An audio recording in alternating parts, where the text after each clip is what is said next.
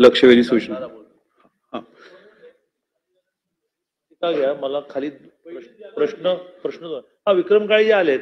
दाखव पत्र दाखव. मला वाटते पहिल्या लक्षवेधी पुढे ढकलले गेलेली आहे कारण सन्माननीय सदस्य अनिल परब साहेबांचं पत्र प्राप्त झालंय आणि उमाताई खापरे आता आल्यात, पण तुमच्या सूचनेनुसार उमाताई आपले मंत्री सन्मान्य मंत्री इथे उपस्थित नाहीत, ते पण आपण नंतर घेऊ. आता आदरणीय चंद्रकांत दादा इथे उपस्थित आहेत. लक्षवेधी मी तिसरी पुकारतोय.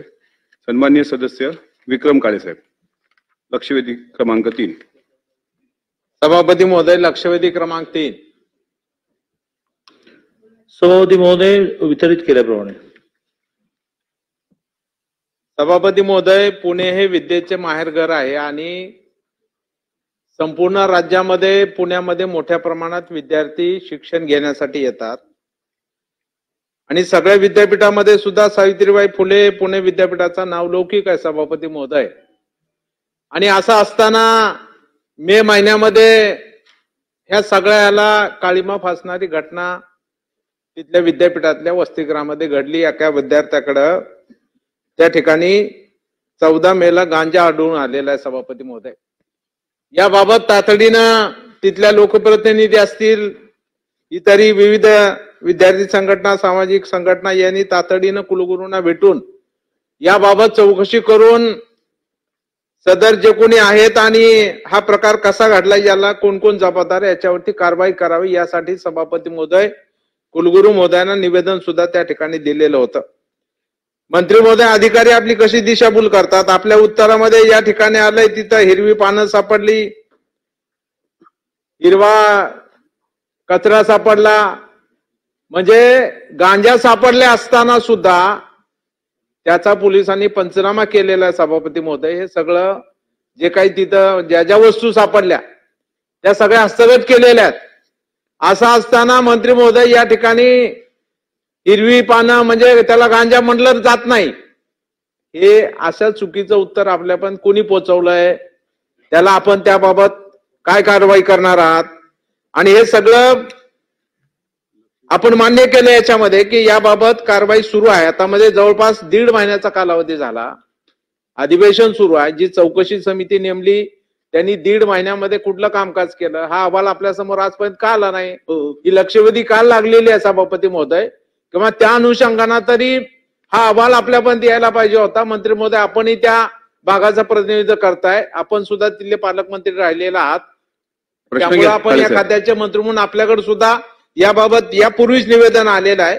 त्यामुळे या सगळ्या प्रकरणामध्ये जबाबदारी कुणाची आहे. शेवटी आता हा प्रश्न नुसता पुण्यापुरता मर्यादित नाही, राज्यामध्ये जेवढे काही शासकीय वसतिगृह आहेत, मग ते विद्यापीठांतर्गत असो किंवा शासकीय महाविद्यालयामधले वसतिगृह असो, याबाबतचा सुरक्षेचा प्रश्न निर्माण झालेला आहे.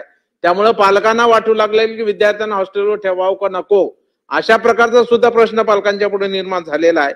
त्यामुळे या दृष्टीनं राज्यातल्या सर्व वसतिगृहामध्ये योग्य ते उपाययोजना व्हावी याबाबत सुद्धा आपण काय धोरण आखलेलं आहे का, किंवा याबाबतची काय आपण त्या ठिकाणी उपाययोजना करणार, हा पण माझा त्या ठिकाणी प्रश्न आहे. आणि याला जबाबदार असलेले जे कोणी अधिकारी असतील, जे कोणी वॉर्डन असतील, याबाबत आपण कुठली कारवाई केली किंवा करणार आहात, हा माझा त्या ठिकाणी स्पेसिफिक प्रश्न आहे. सन्माननीय मंत्री महोदय. माननीय सभापती महोदय, मला 3 टप्प्यामध्ये अगदी थोडक्यात उत्तर द्यायचंय. पहिली घटना 14 मेला झाली, लगेच 15 मेला त्याच्या सगळ्या ऍक्शन झालेल्या आहेत. त्याच्यामध्ये सदर विद्यार्थ्याचा वसतिगृह प्रवेश रद्द करण्यात आला, सदर जप्त केलेले साहित्य पुढील कार्यवाहीसाठी सुरक्षा विभागाला सुपूर्द करण्यात आलं, वसतिगृहाची सुरक्षा वाढवण्याचे निर्देश सुरक्षा विभागाला देण्यात आले, नियुक्त असलेल्या सुरक्षा रक्षकांना जबाबदारपूर्वक काम करण्याची ताकीद देण्यात आली. अशा सगळ्या गोष्टी ज्या आहेत. त्याच्यानंतर वसतिगृह क्रमांक 8 जिथे सापडलं तिथे समुपदेशन म्हणजे काउन्सिलिंगची व्यवस्था निर्माण केली. हे व्हेरी नेक्स्ट डे घटना घडल्याच्या दुसऱ्या दिवशी झालेला आहे.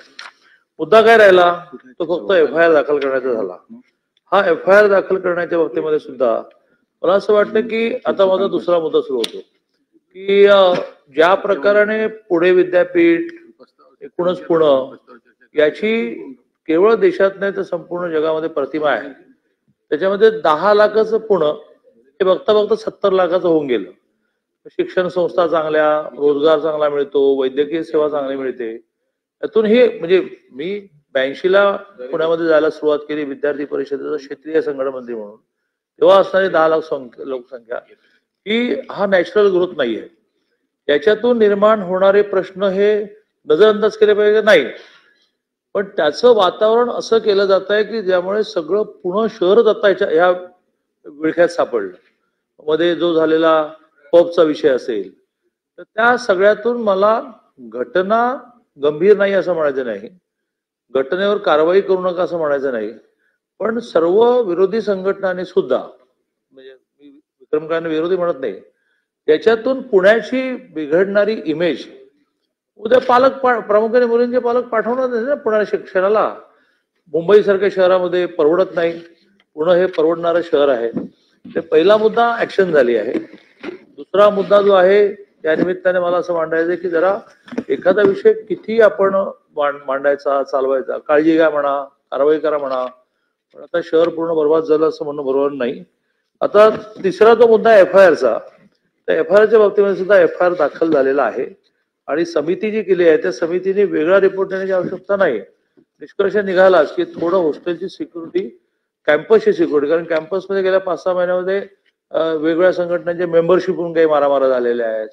कुठेतरी भिंतीवर मोठ्या माणसांच्या विरुद्ध, सन्माननीय माणसांच्या विरुद्ध वॉल पेंटिंग केलं, त्यातून मारामारी झालेल्या आहेत. त्यातून पूर्ण कॅम्पसमध्ये प्रवेश करणाऱ्याला आता का प्रवेश करतो याची खातरजमा करून घेतल्याशिवाय एवढ्या मोठ्या कॅम्पसमध्ये जाऊच देण्यात येत नाही, अशी सगळी काळजी आपण घेतो. विचारच आहे त्याच्यामध्ये आपण उत्तरात लिहिलंय की हिरवा पाला असलेला म्हणजे हे गांजा होता का नाही, किंवा त्याचा तपास जो झालाय त्याचं निष्पन्न काय झालं मग शेवटी. म्हणजे त्या वसतिगृहात जी बदनामी झाली पुणे विद्यापीठाची, गांजा सापडला म्हणून, मग शेवटी गांजा होता का नाही, नेमकं काय होतं, त्याचं काय झालं निष्पन्न, जी काय तपास झाला तो. म्हणजे गांजा सापडला नाही असं म्हणायचं का सरकारला. आणि गांजा सापडला असेल तर त्या वसतिगृहामध्ये विद्यार्थी सोडून दुसऱ्याला प्रवेश कस काय दिला गेला, तो कस काय दुसरा व्यक्ती त्या ठिकाणी इंटर करतो. सभापती महोदय, आपण आय कार्ड बघून त्याला प्रवेश देत असतो मध्ये वसतिगृहामध्ये, मुली असो किंवा मुलं असो, तर मग दुसरा व्यक्ती गेला कसा काय, याला जबाबदार कोण आहे. समज देऊन त्या ठिकाणी अशा घटना टाळता येतील का आपल्याला, हा सुद्धा एक महत्वाचा मुद्दा आहे. म्हणून त्याबाबत ठोस उपाययोजना झाली पाहिजे. आणि गांजाचं काय झालं हा माझा दुसरा प्रश्न आहे. वसतिगृहाच्या बाहेरचा कोणी सापडलाच नाही, वसतिगृहातलाच मुलगा, त्याला रस्टिकेट केला आहे, तर बाहेरून कोणी आलं नाही. इनॉलच कॅम्पसमध्ये घटना वाढत चालल्यामुळे कॅम्पसमध्ये येणाऱ्या जाणाऱ्यांची खातरजमा करण्याची एक SOP, एक नियमावली आपण तयार केली आहे. असं मी म्हटलं, वसतिगृहात जो मुलगा सापडला, ज्याच्याकडे हे साहित्य सापडलं, तो वसतिगृहातलाच मुलगा होता. त्याच्या पालकांना समज देण्यात आलेली आहे, त्याला वसतिगृहातून काढून टाकण्यात आलेले आहे. मुद्दा असा आहे की आता प्रामुख्याने तिथल्या रेक्टरना अनेक विद्यार्थी वनस्पती शास्त्राचे प्रामुख्याने वेगवेगळ्या वनस्पती आपल्या रूम मध्ये प्रयोगासाठी घेऊन जातात. आता त्यांना काय नॉलेज आहे की हा गांजा आहे की काय, आणि त्यामुळे FIR दाखल झालेला आहे, साहित्य जमा केलेलं आहे, आणि त्याच्यामध्ये पोलीस स्टेशनने याचा निष्कर्ष काढावा. एक पुढचं वाक्य म्हटलं तर विक्रम काळे पुन्हा उठून उभे राहतील. साधारणतः अशा प्रकारच्या अंमली पदार्थाच्या बाबतीमध्ये किती स्टॉक सापडला तर तो त्याचं रॅकेट म्हणता येईल असं एक गणित आहे, ते प्रामुख्याने होम डिपार्टमेंट मांडलं. पण उदाहरणार्थ 100 ग्रॅमच्या खाली सापडला तर तो कोणीतरी त्याच्या तरी चुकीचं आहे, ते पुन्हा बाहेर वाक्य द्यायचं की मी त्याचं समर्थन करतोय. त्याचे नियम हे अशा प्रकारच्या वस्तू सापडल्यानंतर त्याने इंडिव्हिज्युअल वापरायला घेतला का धंदा करायला घेतला का रॅकेट होतं, ते एक प्रमाण आहे. त्यामुळे मुळात ज्यांनी पकडलं त्या पकडणाऱ्या प्राध्यापकाला काय माहिती की हे त्यांनी वनस्पती शास्त्राचा विद्यार्थी म्हणून आणलाय की नाही. आता ते सगळं जमा केलं आहे, त्याची खातर जमा होईल. तो 14 ग्रॅम इतका कमी असूनही तो गुन्हा आहे का हे पोलीस स्टेशन ठरवेल, कारवाई करतील. चला समाधान. चला सन्माननीय शिंदे साहेब. साहेब, उडता महाराष्ट्र आता आम्ही सध्या पाहतोय, सगळीकडे अंमली पदार्थाचं तुमच्या चौकटीच्या बाहेर जात नाही. त्याच्यावरच प्रश्न विचारतो. नाही, लक्षवेधीवरच प्रश्न घ्या. हे लक्षवेधीवरच तो विचार. प्रश्न पूर्ण महाराष्ट्रात गेला तर ते लक्षवेधीचा अर्धा तास चालेल. हे लक्षवेधीवरच उतरतो, पण प्रश्न डेव्हलप करायला पाहिजे ना. करा ना. आता बुलडोझर बाबा आले तसं आमचं म्हणणं आहे की दादा बुलडोझर व्हावे अशी आमची अपेक्षा आहे. त्यामुळे दादांच्याकडून अपेक्षा एवढीच आहे की महाराष्ट्र. विचारा साहेब, विचारा. बरं, आमचा एवढाच साधा प्रश्न आहे की अंमली पदार्थाचा विद्यार्थ्यांपर्यंत फार मोठ्या प्रमाणात या ठिकाणी वापर किंवा तिथं वापरलं जात आहे. मध्ये आपण कायदा केला होता की कॉलेजच्या बाहेर, शाळेच्या बाहेर अशा प्रकारचे स्टॉल असतील किंवा दुकानं असतील, हॉटेल्स असतील, तिथं बंदी घालावी. वसतिगृहामध्ये सुद्धा हे प्रकार प्रचंड वाढलेले आहेत. तुम्हाला पण माहिती आहे. आता तुम्ही मगाशी म्हणाला की हा निकष आहे, त्याच्यावर मग साठा आहे का, आता अवैध अशा प्रकारचा किती प्रमाणे असा अंमली पदार्थाचा रॅकेट आहे का, हे विद्यार्थ्यांपर्यंत फार मोठा साठा जात नाही, तो थोडा थोडा जात असो. वसतिगृहासाठी तुम्ही मगाशी म्हणाला कॉलेज आणि वसतिगृहामध्ये अशा प्रकारचं विद्यार्थ्यांना यासाठी कोणीतरी प्रवृत्त करत असेल, एकदा सवय लागली की ती जाते. त्यासाठी तुम्ही कडक नियमावली काय करणार, त्यामध्ये पोलिसांची मदत घ्यावी लागेल. आणि वसतिगृहामध्ये प्रवेश करताना जी नियमावली काटेकोरपणे जे वसतिगृह पाळणार नाही त्या जबाबदारी काही लोकांवर, संस्थांवर काही जबाबदारी टाकणार का, आणि अशा प्रकारचं हे व्याप्ती वाढू नये यासाठी आपण काय पुढाकार घेणार. म्हणून मगाशी म्हटलेलं पुन्हा अधोरेखित करेन किंवा पुणे विद्यापीठाची वर्ष किती झाली, मग त्याच्यामध्ये अशा प्रकारच्या घटना आतापर्यंत किती घडल्या. त्यामुळे जी घटना घडली आहे ती सिरियसच आहे, पण त्यानिमित्ताने आता हाहाकार उडाला असंही जे तुम्ही नाही शशिकांतजी, जे मीडियातून वातावरण होतं त्याचाही जरा गांभीर्याने विचार केला पाहिजे. दुसरं तुम्ही जे म्हणताय ना, आता पूर्ण कॅम्पस ह्या घटनेच्या निमित्ताने, आणि ही घटना एक घडली, त्याच्या आधी 2 मारामारीच्या घटना घडल्या, त्यामुळे पूर्ण कॅम्पसची एक कडक नियमावली केली आहे. आधी एक आणखीन घटना अशी घडली की एकाने कुलगुरूंचं दालन कसं उघडलं काय उघडलं माहित नाही आणि एक शूटिंग केलं.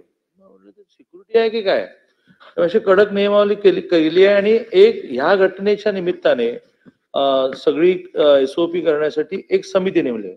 तो विक्रम काळेंचा मुद्दा बरोबर आहे की त्या समितीचं पुढे काय झालं, त्या समितीचा रिपोर्ट लवकर येईल असं बघू. परंतु ह्या घटनेतलं सगळंच संपलं आता. म्हणजे त्याचा प्रवेश रद्द केला, साहित्य जप्त केलं, त्या वसतिगृहाची सुरक्षा वाढवली, त्याच्यानंतर सुरक्षा रक्षकाला जबाबदार धरलं, FIR दाखल झाली. ही घटना आता बऱ्यापैकी त्याचा लॉजिकल एंड झाला. त्या निमित्ताने काळजी घेऊ. ठीक आहे, लक्षवेधीचं समाधान झालं असं समजून पुढची लक्षवेधी पुकारण्यापूर्वी मला सभागृहात हे सांगायचं आहे की आता क्रमवार आपण घेतोय, पण पहिल्या लक्षवेधीचे सन्मान्य सदस्यांनी विनंती केली पुढे ढकलावी. तिसऱ्या लक्षवेधीचे सन्मान्य मंत्री इथे उपस्थित आहेत, म्हणजे जी डॉक्टर सांगतोय ना, हो हो हो हो हो डॉक्टर वजाहत मिर्झा यांची चौथी जी लक्षवेधी होती, मुश्रीफ साहेब त्यांनी पण विनंती केलेली आहे की त्यांची लक्षवेधी पुढे ढकलण्यात यावी. आता दुसरी लक्षवेधी जी सन्माननीय उमाताई खापरेंची आहे, त्यांचे संबंधित मंत्री केसरकर साहेब उपस्थित आहेत, त्यामुळे लक्षवेधी क्रमांक 2. लक्षवेधी क्रमांक 2 वितरित केल्याप्रमाणे.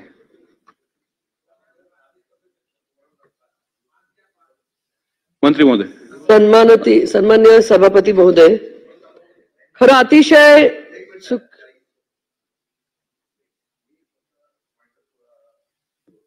पाहिजे. मी बोलायला लागल्यानंतर तुम्ही 2च मिनिटं, मला फक्त सभापतीकडून रुलिंग पाहिजे. पण लक्षवेधी सूचना जाहीर केली गेली. मला असं वाटतं लक्षवेधी पुकारलेली आहे. नाही, मला लक्षवेधी झाल्यानंतर पॉइंट ऑफ इन्फॉर्मेशन फोरमचा त्याचं उत्तर घेऊ आपण. का कुठे आहे दाखवा ना, कुठे आहे कोरम. पण सन्मान्य मंत्री 3 मंत्री सभागृहामध्ये होते. आता ज्यांची लक्षवेधी आहे त्यांनी उपस्थित राहायला विषय येत पाहिजे. नाही. सभागृहाच्या एकूण कोरम इथं आहे का एवढं सांगा.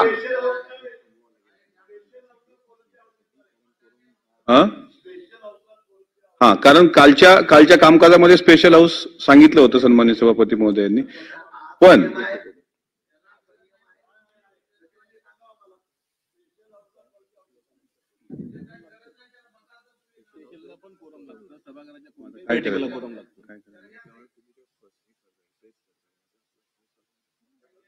विनंती करता येईल ना.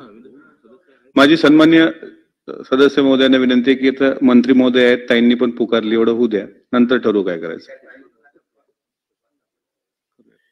धन्यवाद सभापती कामकाज महोदय. महत्वाचं आहे. सभापती महोदय, विषय महत्वाचा आहे. मंत्री महोदय आहेत सभागृहामध्ये आणि ह्या सभागृहामध्ये हा विषयाचा खरं चर्चाही व्हायला पाहिजे होती. सभापती महोदय, ठाणे जिल्ह्यामध्ये डोंबिवली येथे जो स्फोट झाला, खरखरच खूप दुर्दैवी घटना आहे. 4 जणांचा मृत्यू झाला, त्याच्यानंतर जखमी सुद्धा झाले. सभापती महोदय, ह्या वेळेला बऱ्याच ठिकाणी अशा पद्धतीने सभापती महोदय की अशा घटना घडतायत, परंतु तरीही पुण्यात झाली, पिंपरी चिंचवडला झाली, तरीही याचा ऑडिट केलं गेलं जात नाही. प्रदूषण नियंत्रणावरती पकड नाहीये. कारण जे प्रदूषण होतं त्याला आळा घालण्याचं काम हे MIDCच्या किंवा पर्यावरणाच्या माध्यमातनं खरं होणं अतिशय गरजेचं आहे. माझा प्रश्न आहे की ह्या कारखान्यामध्ये मोठ्या प्रमाणात होणारे प्रदूषण थांबवण्यासाठी कोणती उपाययोजना आपल्या शासनाच्या वतीने केली गेलेली आहे? तसंच या स्फोटामध्ये मृत पावलेल्यांना आपण काही सहकार्याची भूमिका केली की नाही, त्या संदर्भात प्रश्न आहे माझा. या कारखान्यांना मूलभूत सुविधा पुरवल्या जात नाहीत, पुरवल्या जातात, त्यांच्याकडनं काही माहिती किंवा त्यांच्याकडनं या बाबतीतलं जे ऑडिट हे केलं जातंय का? कारण ज्या पद्धतीने ह्या कारखान्यामध्ये स्फोट झाला आणि त्या स्फोटामध्ये जी जीवितहानी झाली, 97 सर्वाधिक इकडे ठाण्यामध्ये 97 कारखान्यांचा समावेश आहे. वास्तविक पाहता अहवाल उघडून पाहिला तर कारखान्यामध्ये प्रदूषणचं निर्देशन 60 पेक्षा अधिक आहे. तर हे उघड झालेलं आहे. सभापती महोदय, अशा पद्धतीच्या घटना वारंवार घडत आहेत आणि MIDC कडनं आणि प्रदूषण नियंत्रणाकडनं ह्याचं दुर्लक्ष केलं जात आहे. तर ह्या संदर्भात शासनाने कोणती भूमिका घेतली हे ते स्पष्ट करावे. सभापती महोदय, 2-3 प्रश्न ताईंनी उपस्थित केलेले आहेत. त्याच्यामध्ये एक आहे तो कॉम्पन्सेशन काही यांना दिलं का? तर एकंदर 13 कामगार होते, त्याच्यापैकी 11 हे इन्शुरन्स खाली कव्हर्ड होते आणि 2 जे कव्हर्ड नव्हते त्यांना मुख्यमंत्री सहायता निधीमधून 5-5 लाख रुपयाची मदत देण्यात आलेली. आपण प्रदूषणाचा जो उल्लेख केला, या संदर्भात हायकोर्टाने निर्देश दिल्याप्रमाणे आदरणीय सुधीरजी श्रीवास्तव साहेबांच्या अध्यक्षतेखाली एक समिती नेमली गेली आणि त्याच्यामध्ये हायली पोल्युटेड इंडस्ट्रीज 191 आहेत आणि 7500 रेड कॅटेगरी इंडस्ट्रीज आहेत. त्यांना सेल्फ ऑडिट करायच्या सूचना दिलेल्या आहेत आणि थर्ड पार्टी ऑडिट करण्यासाठी जसं IIT आहे अशा ज्या मान्यवर संस्था आहेत त्यांच्याकडून त्यांची कोटेशन मागवण्यात आलेली आहेत आणि त्याच्यामुळे ही जी प्रक्रिया आहे की प्रदूषणावर नियंत्रण आणण्याची, ही साधारण 6 महिन्याच्या आतमध्ये याच्यावर ठोस निर्णय घेण्यात. माननीय शिंदे साहेब. मगाशी कापरेताईंनी फार महत्वाचा विषय मांडलेला आहे. डोंबिवलीमध्ये अनेक वर्षापासून या केमिकल कंपन्या आहेत.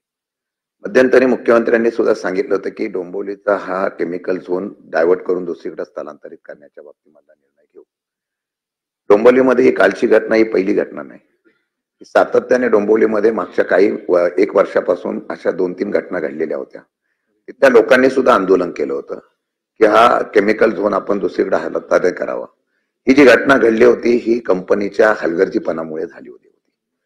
या संदर्भामध्ये अशा प्रकारचा केमिकल झोन जो आहे तो डोंबिवलीचा दुसरीकडे स्थलांतरित करण्याचा सरकारचा विचार आहे का? जिथे दुसरं अशा प्रकारच्या कंपन्या आहेत त्याचं ऑडिट करून, बॉयलरचं वगैरे सगळ्यांचं ऑडिट करून याच्या संदर्भामध्ये आपण प्रस्ताव सादर करण्यासाठी सांगितलेला आहे का? आणि जर तशा प्रकारच्या कंपन्या असतील तर त्याच्यावर आता पाण्यामध्ये सुद्धा रसायने वगैरे पाताळ नगात सगळीकडे केमिकल मिश्रित पाणी जात आहे, त्यामुळे आरोग्यावर परिणाम होतोय लोकांची सातत्याने. आणि आपण नियम केलेला आहे की आता पाणी सुद्धा आपण त्याच्यामध्ये रिसायकलिंग करून ते नदीला सोडायचं. ते सुद्धा काही लोक पाळत नाही. नियमावली करून सुद्धा त्याचं उल्लंघन होणार असेल तर त्याच्या संदर्भामध्ये कठोर कारवाई राज्य सरकार करणार आहे का? आपण जो सेफ्टीचा प्रश्न सभापती महोदय आदरणीय सदस्य महोदयांनी केलेला आहे, त्याच्या संदर्भात मी एवढंच सांगू इच्छितो की हा 3 डिपार्टमेंटशी संबंधित विषय आहे. एक म्हणजे डायरेक्टर ऑफ इंडस्ट्रियल सेफ्टी जो लेबर डिपार्टमेंटच्या अंडर येतो, त्याच्यानंतर डायरेक्टर ऑफ बॉयलर्स हे सुद्धा लेबर डिपार्टमेंटच्या अंतर्गत येतं. तर आम्ही तिन्ही डिपार्टमेंटचं कोऑर्डिनेशन हे कशा रीतीने करता येईल या संदर्भात नेहमी प्रक्रिया ही शासनाकडून चालू असते. आणि स्थलांतराबाबत आपण जे म्हटलेलं आहे, त्यांच्या प्रधान सचिव उद्योग यांच्या अध्यक्षतेखाली समिती नेमलेली आहे आणि ती लवकरच या संदर्भात आवश्यक तो निर्णय घेईल. कायदा केलेला आहे. आता मुख्यमंत्री आहेत, राज्याचे प्रमुख आहेत. जे कंपन्या या असलेल्या प्रक्रिया न करता पाणी सोडतायत त्याच्यामुळे आरोग्यात धोका निर्माण होतोय. या बाबतीमध्ये मध्यंतरी ह्या अशा घटना घडल्यानंतर त्या बाबतीमध्ये फार मोठ्या प्रमाणात ऑडिट करायला लावलं होतं. आमचं एवढंच म्हणणं आहे की याच्या संदर्भामध्ये लगेच तुम्ही एक ऍक्शन प्लॅन तयार करून या कंपन्यांना आपण नोटिसा पण मागे दिलेल्या आहेत की प्रक्रिया करण्याच्या बाबतीमध्ये यंत्रणा राबवावी. ती करण्यासाठी ताबडतोब अशा प्रकारची कारवाई करणार. निश्चित असं आहे की जे CETP असतात हे MIDC मार्फत त्या ठिकाणी बांधले जातात आणि तिथली जी इंडस्ट्रियल असोसिएशन असते त्यांच्या मार्फत याची देखरेख केली जाते. आपण सांगितल्याप्रमाणे अशा सूचना दिल्या जातील. याचं जे मॉनिटरिंग असतं हे सुद्धा ऑनलाईन मॉनिटरिंग चालू असतं. परंतु अधिक याच्या संदर्भात काय करता येईल त्याच्या संदर्भात आवश्यक त्या सूचना महाराष्ट्र प्रदूषण मंडळाला मग ते विचारायचं आहे. सभापती महोदय, आता जो मी विचारलं की पाण्यावरती सांडपाण्यावरती प्रक्रिया काय केली जाते का, खूप मोठा प्रश्न हा MIDCच्या माध्यमातून किंवा प्रदूषणाच्या माध्यमातून आहे. आज जर आपण पाहिलं तर ही लोक त्याच्यावरती ट्रीटमेंट प्लांट करत नाहीत, डायरेक्ट नदीमध्ये पाणी सोडतात. परवाच आपण जे पाहिलं इंद्रायणी नदीचं सुद्धा, आपण साहेबांकडेच तो विषय होता की इंद्रायणी नदीमध्ये सुद्धा जो सांडपाणी जातं, म्हणजे एक दिवस वारी आली त्यावेळेला स्वच्छता होती, दुसऱ्या दिवशी फेसाळ होती इंद्रायणी नदी सुद्धा. तर त्या संदर्भामध्ये प्रत्येक वेळेला हा विषय समोर आणला जातो की ह्या कंपनी पाणी जे सोडतात ते ट्रीटमेंट प्लांट शिवाय सोडलं जाऊ नये, ह्यासाठी त्यांच्यावरती कारवाई केली गेली पाहिजे. आपण प्रत्येक वेळेला म्हणतो, आम्ही इथे मागणी करतो, मीटिंग होतात, बैठका होतात, त्याच्या पुढे काहीच होत नाही. ते पाण्याचं प्रदूषण हे केलंच जातं. आज इंद्रायणी नदी जर पाहिली तर फेसाळलेलीच नदी आहे. त्याच्या संदर्भामध्ये गेल्या अधिवेशनामध्ये मी असेल, महेश दादा लांडगे असतील, अश्विनताई जगताप असतील, आम्ही तिघांनी पिंपरी चिंचवडच्या विषय मांडला, परंतु त्याच्यावरती आजही कुठलाही ठोस निर्णय झालेला नाही. त्याच प्रकारे इथे सुद्धा जे ठाणे डोंबिवली सुद्धा जे आहे, आता विषय इकडे होईल, तो विषय झाल्यानंतर विषय संपतो, बैठका होतील आणि आम्ही उपाययोजना करणार आहोत असं म्हटलं जातं. ह्या उपाययोजना आपण किती दिवसात करणार हा, आणि त्यांच्यावरती त्यांनी जर सोडलं नाही तर आपण त्यांच्यावरती काय कारवाई करणार अशी माझी मागणी. सभापती महोदय, असं ज्यावेळेला पाणी सोडलं जातं त्यावेळेला नोटीस देऊन प्रसंगी ते कारखाने बंद करायच्या सुद्धा कारवाया अनेक वेळेला झालेल्या आहेत. हा प्रश्न जो आहे हा ठाण्याच्या मधल्या ज्या वेगवेगळ्या इंडस्ट्रीज आहेत त्यांच्या संदर्भातला आहे. परंतु त्याच्याच बरोबर इंद्रायणीच्या संदर्भात इंद्रायणी स्वच्छ करण्याचा एक वेगळा कार्यक्रम हा शासनाने जाहीर केलेला होता. तर त्याच्या संदर्भातली माहिती जी आहे ती आम्ही मीटिंग दोन्ही सदस्यांची घेऊ आणि त्याच्यामध्ये डिटेल चर्चा करून त्यांना ही सर्व माहिती देण्यात येईल. ओके, चला पुढची लक्षवेधी क्रमांक 5 सन्मान्य सदस्य किरण सरनाईक साहेब. धन्यवाद सभापती महोदय. लक्षवेधी क्रमांक 5 मंत्री महोदय.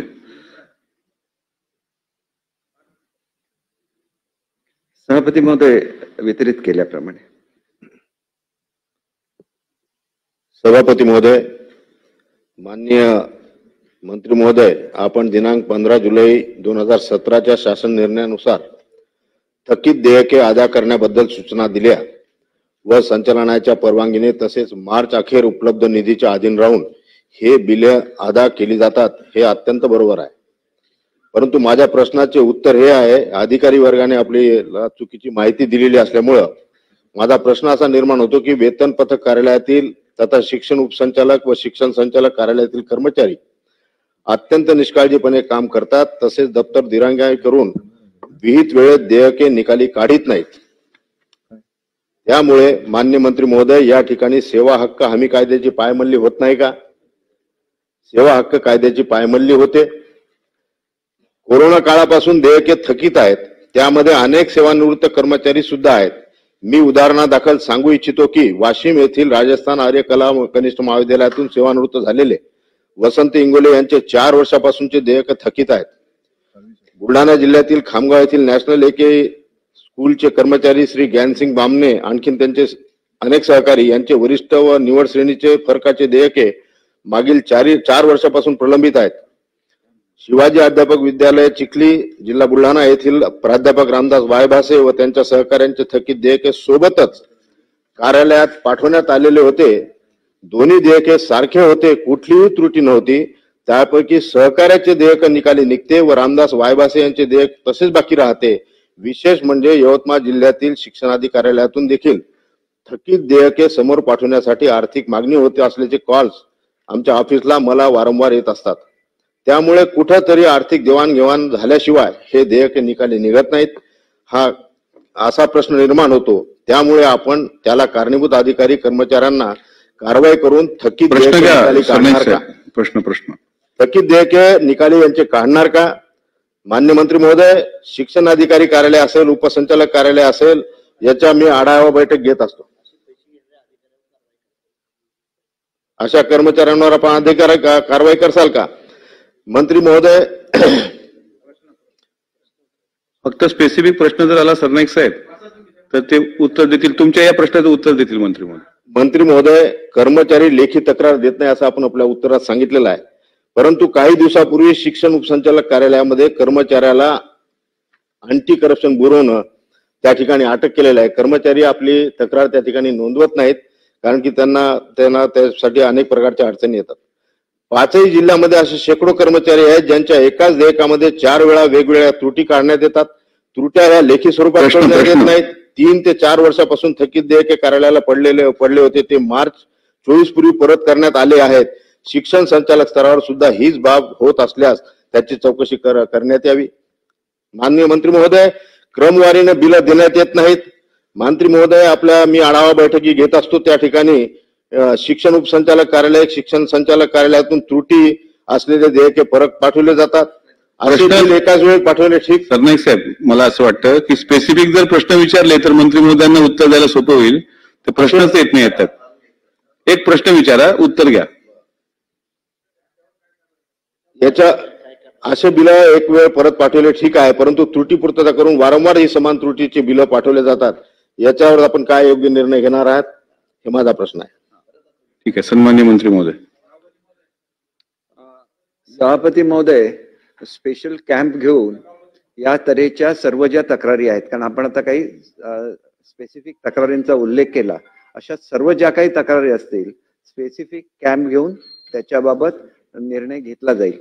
दुसरं असं आहे की आम्ही ऑनलाईन सिस्टम आता डेव्हलप केलेली आहे. याच्यासाठीच नाही तर मेडिकल बिलांसाठी सुद्धा आता आम्ही ऑनलाईन सिस्टम डेव्हलप केली आहे. त्याच्यामुळे आपण म्हणता तो स्कोप याच्या पुढच्या काळामध्ये राहणार नाही. आणि अशा जर वारंवार कोण त्रुटी काढत असतील, एका वेळेला एक बिल गेल्यानंतर एक त्रुटी काढणं बरोबर आहे, परंतु असे जर कर्मचारी असतील तर या कर्मचाऱ्यांच्या बाबतीत चौकशी केली जाईल आणि त्यांच्यावर आवश्यक त्यांचा जर दोष आढळला तर त्यांच्यावर कारवाई केली जाईल. सन्माननीय सदस्य आजगावकर साहेब, देतो मी सरनाईक साहेब तुम्हाला. हे जे लक्षवेधी मांडली आहे याच्यामध्ये मंत्री महोदय आपण हे आदेश दिला होता थकीत बिले तात्काळ देण्यात यावीत म्हणून. परंतु जर बघितलं तर अधिकारी त्या ठिकाणी एका प्रस्तावामध्ये वारंवार वेगवेगळ्या त्रुट्या काढतात. तर आमची विनंती अशी आहे की ही त्रुट्या ज्या निघतात त्या एकाच वेळी निघणार का? त्याचबरोबर थकीत वेतन असेल, मेडिकल बिल थकीत असतील, आता वर्ष 2-2 वर्ष मेडिकल बिल थकीत राहिलेली आहेत. त्याचबरोबर वेतनासाठी त्या ठिकाणी शाला तायडी लवकर मिळत नसल्यामुळे त्यांचं थकीत प्रलंबित राहतं. 2-2 आणि 3-3 वर्ष त्या ठिकाणी शाला तायडी उपलब्ध होत नाहीत. तर यासाठी आपण काही कालावधी त्यांना घालून देणार का की त्रुटी असतील किंवा नसतील तर त्या ठिकाणी प्रस्ताव तो त्या ठिकाणी निर्गमित करण्याची भूमिका केली जाणार का? आणि त्याचबरोबर महत्वाचा एक प्रश्न असा आहे की मेडिकल बिलाबाबत त्या ठिकाणी टप्प्यावरच्या लोकांनाही मेडिकल बिल मिळणं गरजेचं आहे, ते आपल्याकडून मिळणार का? सभापती महोदय, टप्प्यावरची लोक जोपर्यंत 100% येत नाहीत तोपर्यंत रेग्युलर फॅसिलिटीज त्यांना देता येत नाही, ही वस्तुस्थिती आहे. त्याच्यामुळे चुकीचं काही आश्वासन मी ह्याच्यामध्ये देणार नाही. परंतु जिथं देयक प्रलंबित होती, सर्व जी त्याच्यासाठी तरतूद करायला लागते ती सगळी आर्थिक तरतूद केलेली आहे. आणि त्याच्यासाठी सुद्धा आपण एक चेकलिस्ट तयार करून त्या चेकलिस्ट आम्ही संबंधित सर्व शिक्षकांना किंवा शिक्षकेतर कर्मचाऱ्यांना देण्याची व्यवस्था करू, जेणेकरून पुन्हा त्रुटी काढून एकही बिल परत येऊ नये. यासाठी ही प्रक्रिया आम्ही निश्चितपणे राबवू, एवढं मी आपल्याला आश्वासित करतो. मात्र सर देतो एक इकडं देतो ना तुम्हाला शेवटी. धन्यवाद सभापती महोदय.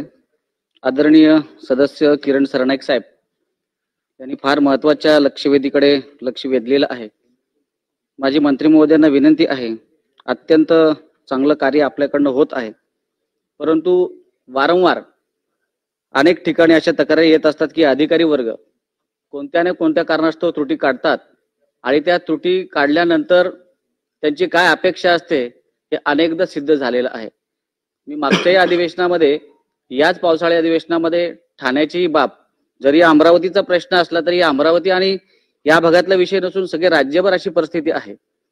ठाणे जिल्ह्यामध्ये पेयुनिट अधीक्षक मी कांबळेंच्या बाबतीत मागच्या वर्षी याच अधिवेशनामध्ये प्रश्न उपस्थित केला होता की त्यांनी प्रत्येक नागरिकाकडे टक्केवारी मागितली होती, महिलांच्या बाबतीतल्या तक्रारी होत्या, त्याचे पुरावे दिले, परंतु आजपर्यंत त्यांच्यावर कोणत्याच प्रकारची कार्यवाही झालेली नाही.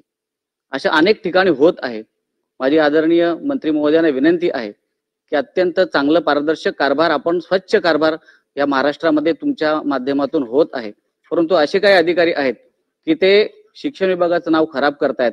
माझी विनंती आहे की ज्या कांबळेंच्या बाबतीत मी बोललो होतो आणि असे काही अधिकारी आहेत की ज्यांच्या तक्रारी आल्या असतील त्यांच्यावर आपण तात्काळ कारवाई करणार का? मंत्री महोदय, आपण लेखी स्वरूपात तक्रार दिलेली असल्यामुळे या संदर्भात निश्चितपणे त्यांना नोटीस देण्यात येईल, त्यांचं म्हणणं ऐकून घेण्यात येईल आणि आवश्यकता असेल तर या संदर्भात आवश्यक ती कारवाई करण्यात येईल. विक्रम काळे साहेब.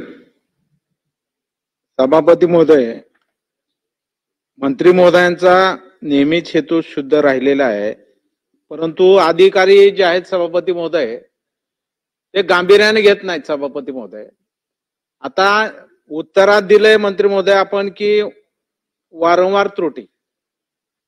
सभापती महोदय, एखादा प्रस्ताव जर स्वीकारायचा असेल तर त्यासाठी काय कागदपत्र लागतात हे विभागानं निश्चित केलेलं आहे आणि ते कागदपत्र असले तरच प्रस्ताव घेतला पाहिजे ना मंत्री महोदय. हे प्रस्ताव चुकीचा का घेतात?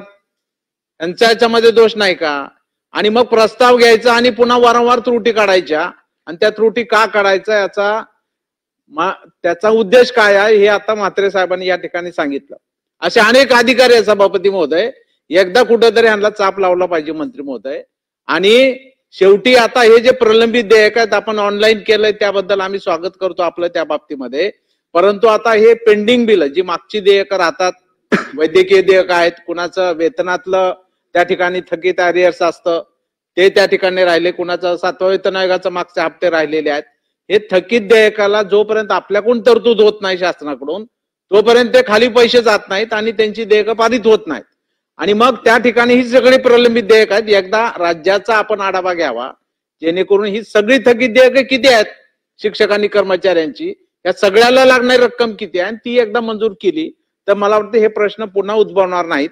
तेव्हा या बाबतीमध्ये सुद्धा नुसत्या थकीत देयकासाठीच नाही, वेतन देयक आहे, त्यानंतर वैद्यकीय देयक आहे, त्याचबरोबर वरिष्ठ आणि निवड श्रेणीचं देयक त्या ठिकाणी जातं आणि वेतन देयक जातं. या सगळ्याला लागणाऱ्या कागदपत्राची एक एसओपी आपण तयार केली. आम्ही चांगल्या सूचना देतो आपल्याला, त्याचाच तुम्ही स्वीकार करा आणि त्यानुसार जर एक एसओपी केली तर त्याशिवाय दुसरा कागद त्यांनी मागू नये या बाबतीमध्ये सुद्धा जर काळजी घेतली तर मला वाटतं हे प्रश्न उद्भवणार नाहीत आणि अधिक पारदर्शक काम होऊ शकेल. त्या दृष्टीने आपण उपाययोजना करणार का? सभापती महोदय, मी आधीच सांगितलेलं आहे की ही चेकलिस्ट आम्ही तयार करू आणि चेकलिस्ट प्रमाणे त्यांनी एकदा काय स्वीकारल्यानंतर मग त्याच्यामध्ये त्यांनी का त्याच्यामध्ये त्रुटी काढल्या याच्या संदर्भात सुद्धा ते डिपार्टमेंटला आन्सरेबल राहतील एवढी मी आपल्याला खात्री देतो. कारण या संदर्भात आम्ही जरी ऑनलाईन केलेलं असलं तरी याच्यावर मॉनिटर करण्याची सिस्टम आम्ही बसवू, जेणेकरून वारंवार जे लोक त्रुटी काढतात या लोकांच्या अशा करण्यावर मर्यादा येतील अशा तऱ्हेची उपाययोजना आम्ही निश्चितपणे करू. शेवटचा आणि कमी वेळात जी प्रलंबित देयके होती त्याच्यासाठी पुरेशी तरतूद आम्ही केलेली आहे आणि तरतूद नसल्यामुळे प्रलंबित देयके राहिले अशी सध्या तरी परिस्थिती नाहीये. नंतर एकाला किती देयके येतील हे मी आता सांगू शकणार नाही, पण सध्या जरी जे पेंडिंग होते त्याच्यासाठी पुरेशी तरतूद ही केलेली आहे. सरनाईक साहेब, शेवटचा प्रश्न आणि कमी वेळात. सभापती महोदय, मंत्री महोदयांना मी असं विचारू इच्छितो की माझ्या या 5 जिल्ह्याचा आढावा माझ्याजवळ आहे. किती देयके थकीत आहेत ते प्रत्येक गोष्ट मी आपल्याला या ठिकाणी माझ्याजवळ लेखी स्वरूपात आहेत. वेळ होऊन राहिलेला आहे म्हणून मी या ठिकाणी आपल्याला सांगेल की आपण असं सांगितलं होतं की सदर प्रकरणी आपण विभागीय चौकशी न करता अन्य समिती गठीत करून संचालक स्तरावर अधीक्षक व कर्मचारी यांची चौकशी करण्यासाठी समिती गठीत करणार का? सदर प्रकरणी आपण विभागीय चौकशी करणार होते असं आपल्या उत्तरात आहेत. विभागीय चौकशी न करता अन्य समिती गठीत करून संचालक स्तरावरील अधीक्षक व कर्मचारी यांच्या चौकशीची देखील समिती नेमून आपण अशा प्रकारे चौकशी करावं. आणखीन या ठिकाणी आपण आपल्या उत्तरात सांगितलं की आपण शिबिर करून त्या शिबिराच्या माध्यमातून देखील हे थकीत देयके काढण्याचा प्रयत्न करू. निश्चित रूपानं आपल्या कार्यकालामध्ये शिक्षण विभागामध्ये ऐतिहासिक निर्णय या महाराष्ट्र राज्यानं पाहिलेले आहेत. आपला आम्ही आभार मानतो. आणखीन हा प्रश्न जो थकीत वेतनाचा आहे हा प्रश्न आपण निकाली काढसाल अशी अपेक्षा व्यक्त करतो. धन्यवाद.